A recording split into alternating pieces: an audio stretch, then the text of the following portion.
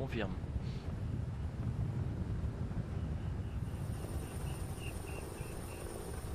Et toujours ces vagues sur les côtés, les coureurs qui essaient de se replacer. Pour l'instant, ça roule pas assez vite pour vraiment mettre ce peloton en file indienne, ce qui permet à certains coureurs de venir se repositionner sur les côtés. Oui, je crois que le vrai problème, ce sont ces changements de direction assez réguliers qui interdisent vraiment les mouvements. Là, on voit que la formation Katusha s'est repositionnée en tête avec les BMC qui protègent essentiellement Van Avermaet. Et là, on n'est pas sur la victoire d'étape, on est plus pour le classement général. Mais attention aux vagues, Vous voyez ces écarts que les coureurs font. Ça zigzague pas mal, j'ai l'impression que ça roule bien vite. Allez, il y a de la tension, il y a de la nervosité dans ce final, 7 km, toujours le travail de la formation Katusha. On rappelle qu'hier c'est Mark Cavendish qui a prouvé qu'il était le plus rapide, mais Cédric, c'est pas tout à fait le même sprint parce que hier c'était sprint en petit comité, là c'est sprint massif, ça change évidemment la donne. Oui, c'est relativement nerveux, vous voyez que ça roule de façon agressive et surtout la configuration du final est un peu différente, c'est-à-dire qu'on va avoir quasiment 1,1 km de ligne droite pour se présenter sur la flamme rouge, d'où l'importance évidemment du travail des équipiers et c'est assez tendu. Et on voit Arnaud Gérard sur la droite de la route, le premier français au classement général, 10e du classement général qui est bien placé. On essaie de remonter sur la droite avec la formation Astana, l'équipe Fortunio Vital Concept également autour de Yaouni Otarovic pour ce final. 6 km 300 encore à couvrir. Oui, il faut surtout faire attention de ne pas se faire piéger par une cassure qui pourrait arriver avant les 3 derniers kilomètres, parce que c'est vrai que si dans les 3 derniers kilomètres une chute venait à survenir, on neutraliserait les temps, mais vous le voyez, on est quand même bien mieux à l'avant. Astana qui joue, Katusha, Team Dimension Data, et ces changements de direction, alors on ne les entend pas, mais il y a forcément des coups de patin qui sont en permanence dans le peloton, donc ça accélère, ça ralentit, on doit vraiment être très vigilant et concentré. Voilà, les gros travail de Kuznetsov en première position. Cédric, excusez-moi, je vous ai coupé. Ils ont quitté le circuit des championnats du monde et ils vont se présenter maintenant sur les 5 derniers kilomètres qui va les amener sur cette ligne d'arrivée ici au Qatar University. Sam Bennett, ça remonte sur la droite de la route où se trouve Cavendish. Il est là au bas de votre écran aux alentours de la 20e position dans la route d'Edvald Boasson-Hagen. Alors est-ce que c'est Edvald Boasson-Hagen ou Mark Renshaw le dernier lanceur? Habituellement c'est Mark Renshaw, le poisson pilote de Mark Cavendish. Pour l'instant il est dans la roue d'Edvald Boasson-Hagen.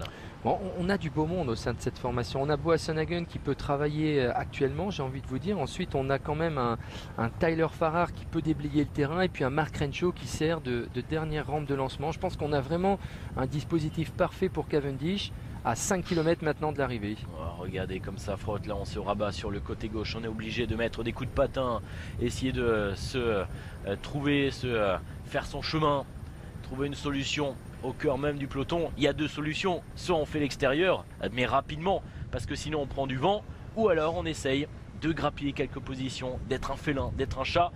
Et on peut aussi accessoirement monter sur le trottoir comme le fait le coureur de la formation United Esker sur le côté gauche. Ouais, ça c'est une des configurations les plus difficiles pour les coureurs parce que vous le voyez, c'est brouillon. On n'a pas une équipe capable d'étirer ce peloton et c'est beaucoup plus facile de se présenter dans un final quand on est en file indienne. Chacun garde sa place. Là on voit vraiment qu'on doit se battre en permanence pour remonter. On saute sur les trottoirs pour remonter, ça remonte sur la gauche, sur la droite.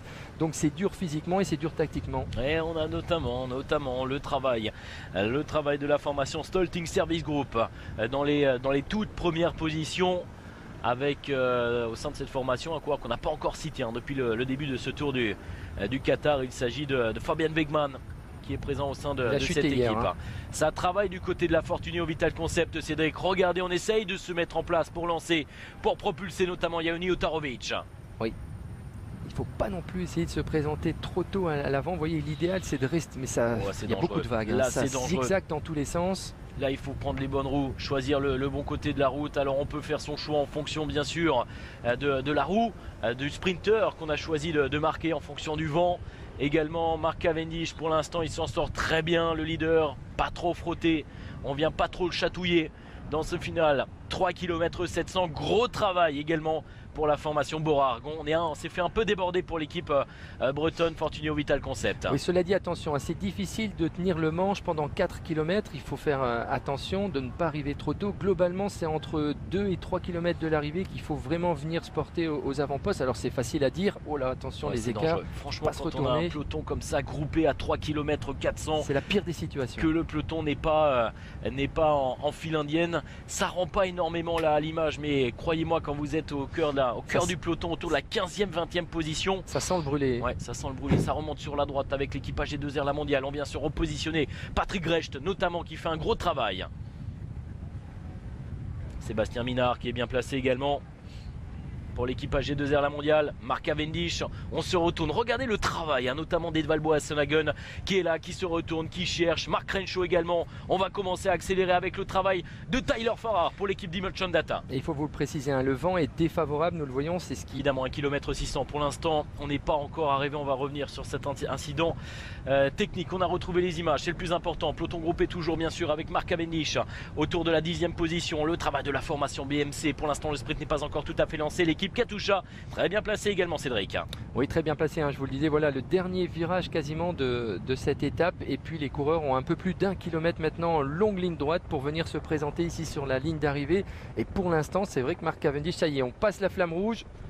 Allez, le dernier kilomètre, Mark Cavendish, idéalement placé pour réaliser le coup double. On rappelle que c'est lui qui porte le maillot or de leader. On essaye d'accélérer la formation Katusha qui va tenter de déborder l'équipe d'Imotion Data, et pour l'instant ça fonctionne. On s'écarte, Morkov en première position. On voit l'équipe BMC, mais ça va être compliqué. Greg Van Avermaet qui va participer au sprint. On voit Sacha Modolo, attention, ça frotte avec notamment Yaoni Utarovic autour de la 15e position. On écarte des coureurs, c'est extrêmement dangereux dans ce final. Oh, on passe à gauche, on passe à droite, et la chute qui était inévitable, la chute avec Yaoni Utarovic notamment, une quinzaine de coureurs aux avant-postes. La formation d'Imotion Data, Mark Cavendish est présent pour l'instant, idéalement placé dans la roue d'Alexander Kristoff. Attention, parce qu'hier Kristoff, il a lancé son sprint de trop loin. Mark Cavendish a jailli, c'est le même scénario. Alexander Kristoff qui lance le sprint, Mark Cavendish le coup de rein, Kristoff qui résiste, c'est serré, c'est très serré. Alexander Kristoff, Cavendish Kristoff. Oh, c'est serré. Oh, que c'est serré, c'est difficile à dire. Avec ce final, on va attendre la photo finish. Cédric, quel sprint entre les deux coureurs, et cette chute, malheureusement, plusieurs coureurs impliqués dans cette chute. Sam Bennett. Ouais, Sam Bennett pour la formation Bora Argon. On a également deux coureurs de l'équipe Fortuneo Vital Concept, avec Yaoni Utarovic qui est parti au tapis, avec un équipier à ses côtés, et un coureur qui reste au sol, qui semble visiblement touché. C'est un coureur de la formation Rampot et de la formation. Est-ce qu'on a gagné? Est-ce que Mark Cavendish, c'était serré pour l'instant? Alors on va voir. Donc vous voyez qu'à ce moment-là, Kristoff est un peu en avance, mais j'ai l'impression que Cavendish a eu suffisamment de coups de rein, mais il va falloir la photo. Est-ce que ça... Non, ça passe pas. C'est Alexander Kristoff qui s'impose. J'ai l'impression que la victoire est pour Alexander Kristoff, Cédric. De peu.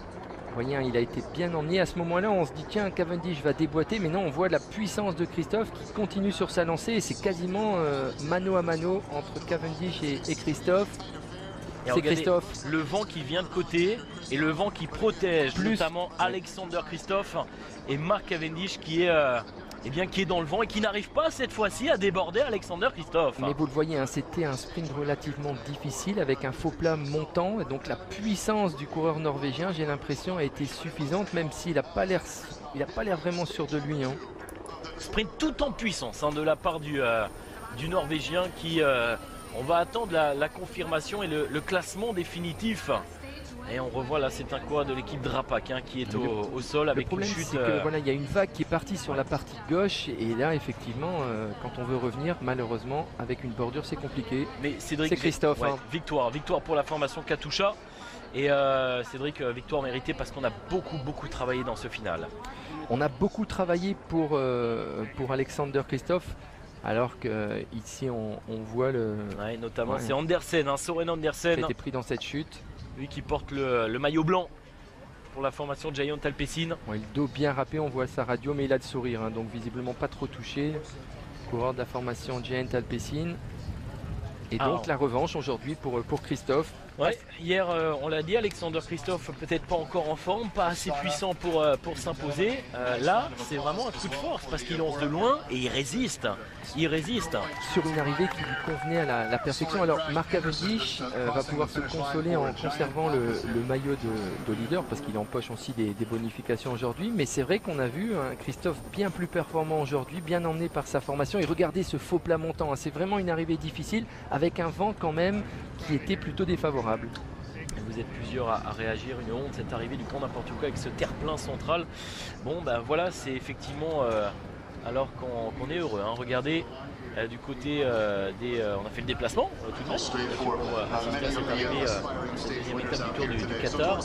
Et c'est vrai, profiter de ce sprint perturbé par une chute, j'ai presque envie de dire, c'est vrai que c'était inévitable. Vous sentez le peloton extrêmement nerveux dans les derniers kilomètres. Oui, vraiment nerveux avec un vent plutôt défavorable, ce qui ne permet pas d'étirer le peloton et donc forcément ça fait des vagues. Et là on voit la puissance s'exprimer à Kristoff. Et il y en a un qui mine de rien, pour l'instant est discret, mais toujours dans les bons Van Avermaet, ouais, qui ne perd pas de temps, qui devient au fur et à mesure des jours un vrai prétendant pour la victoire finale. absolument, il est bien placé, c'est Greg Van Avermaet. On va voir lors du contre-la-montre ce qu'il va réaliser, mais vous voyez que le sprint est relativement juste entre Kristoff qui n'a pas faibli cette fois. C'est-à-dire qu'on a vu Cavendish revenir à son pédalier et puis le bras de fer s'est engagé jusqu'à la ligne d'arrivée. Il n'a pas eu suffisamment de ressources pour venir sauter sur la ligne, le coureur norvégien, et s'imposer. Et confirmation, donc victoire pour Alexander Kristoff devant Mark Cavendish, Roy Jones qui termine à la 3e position pour l'équipe Vantigroup Gobert. Belle performance du Belge. 4e position pour Greg Van Avermaet. On annonce 6 secondes, déjà une petite cassure. Il va falloir voir si les commissaires vont pas revenir sur cette décision parce que la cassure est peut-être due à la chute. Absolument, Exactement. absolument. On va revoir notamment le